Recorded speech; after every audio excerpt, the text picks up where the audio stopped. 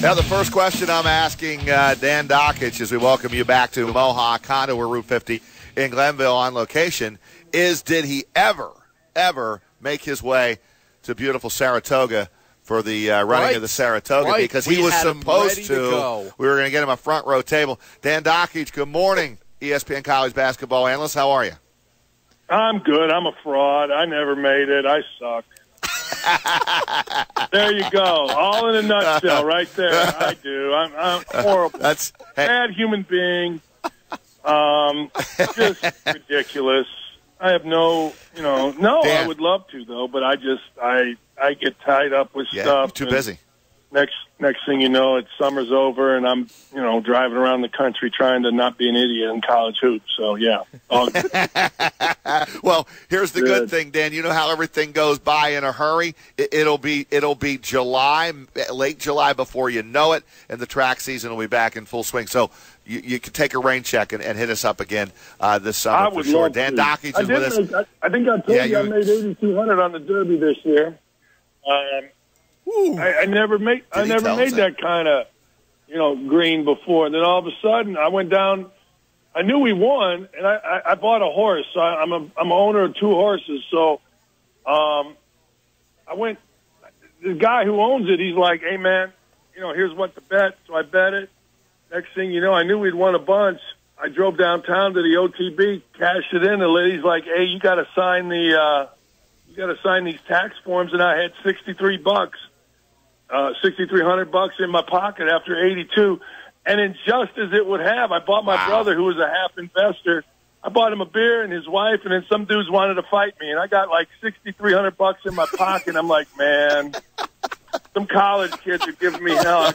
I walked over to him. I said, any other day, swear to God, any other day. But I wasn't brawling with $6,200 in my pocket. You know what I mean? But such is life. No, that's a good story. Love your stories. Dan Dakich with us, ESPN college basketball analyst. The madness is getting ready to begin. We've had a bunch of it off the court and all the stuff going on. Let me just throw that out there first. What did you make of the FBI investigation? The all the reports that have come out, all the players have been mentioned, some of the schools have been mentioned. Is this going to blow up even more, Dan, or are we done with this until after the tournament is over? Ooh, that's $1 million question. That it doesn't matter if I know it or not. It's $1 million question that every guy around college basketball wants to know, right? You think CBS isn't sweating that a little bit?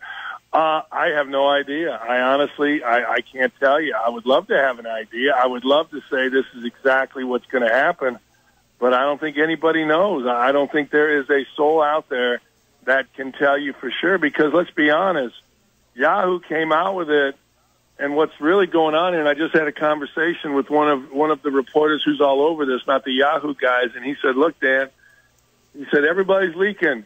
Everybody's CYA. In fact, today, lawyers are all summoned out to New York, and the judge is hostile.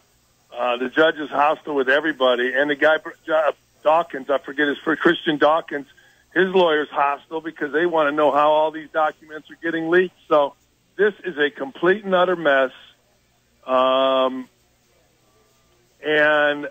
nobody, and I mean nobody knows. Nobody. If anybody tells you they know, they're full of crap. My guess would be this is going to go on for a while. This isn't going to stop, but it may stop today because I know that the judge has had enough, and he is putting a gag order, I do believe, on everybody in this instance. So who knows, man? What a mess.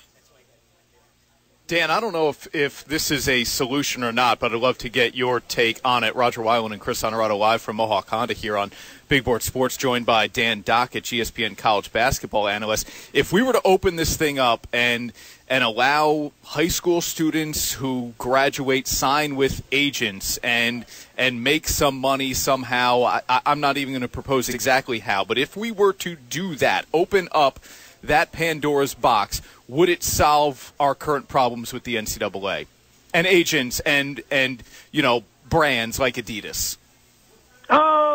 I'm not smart enough to know the answer to that, but what I do know is it seems to me that problems aren't usually solved by throwing more money at them. And if you really look at what's going on in college basketball, the problems seem to be with a very few guys.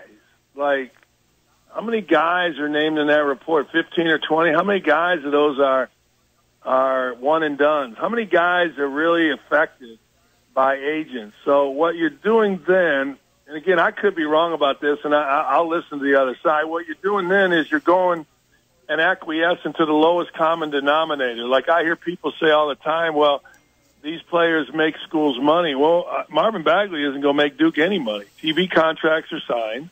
May make him a little off selling a T-shirt. I don't know, but he's only going to be there for 7 months.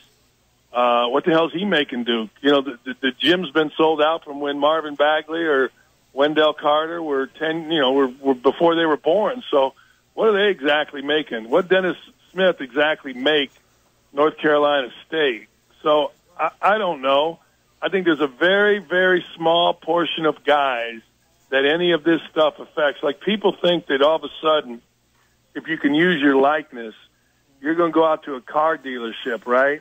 You're going to go to a car dealership, and some car dealer is just going to magically give you money to use your likeness.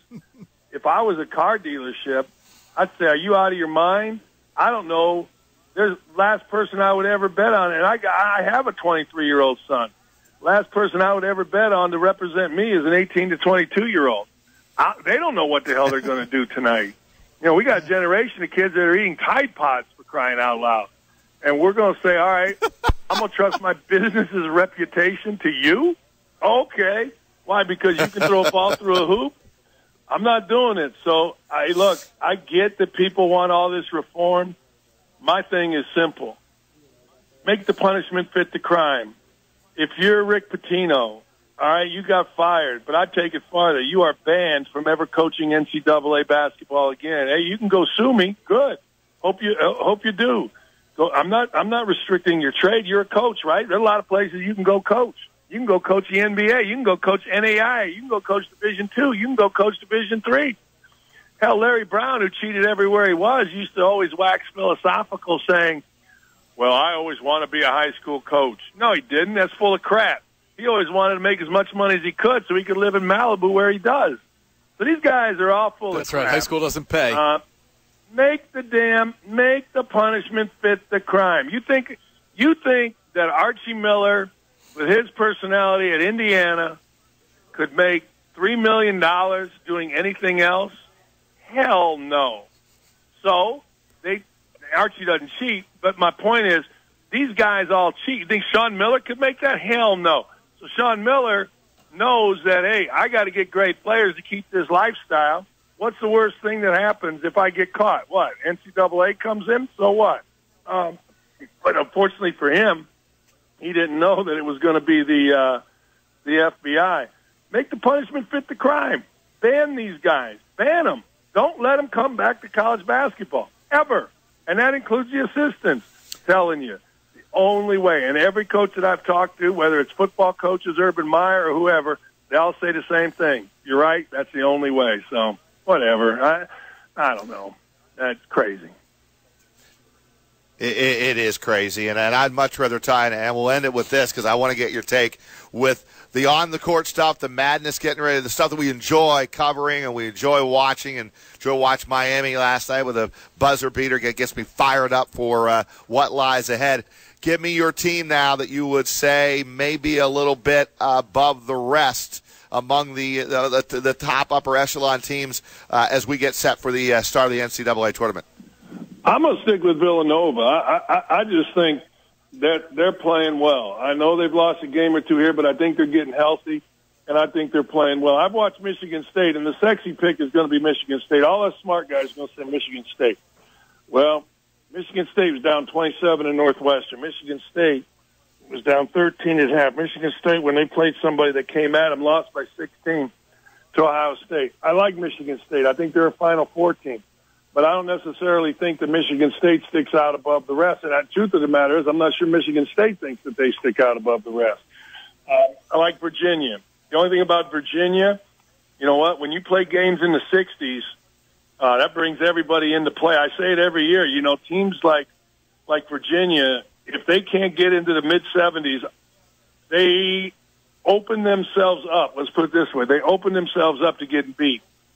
So you got a team in Virginia. If you're going to play in the 60s and you're going to play a hot team in the second round, you know, a team that's come through a conference tournament, won a first-round game, and you can't get to 75, that team's going to be down in the game at the end against you, and we'll see what happens. But I really do like them. I would have told you North Carolina if we did this interview yesterday.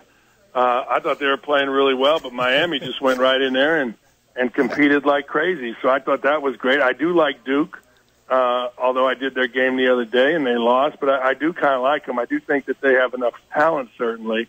But, you know, we'll see. But those are kind of the teams. I'm not giving you any real sleepers. I also like Wichita State if there's going to be a sleeper, because I think that they have enough toughness and they can get a couple guys that can get going. Shamet can really get going and score. You know, look, I wouldn't be surprised if this thing went chalk. I wouldn't be surprised if this thing went crazy. Nothing would surprise me in this year's tournament. Well, looking forward to it, Dan. Keep up the great work. We really appreciate you taking some time to join us here on Big Board Sports in Albany, and we'll get back in touch, and we'll definitely give you a little reminder when we get closer to the start of the Saratoga racing season this year. Oh, man, I'd love it. I would love it. Thank you, guys. See ya. Thank you, Dan. Dan Dakich, ESPN college basketball analyst.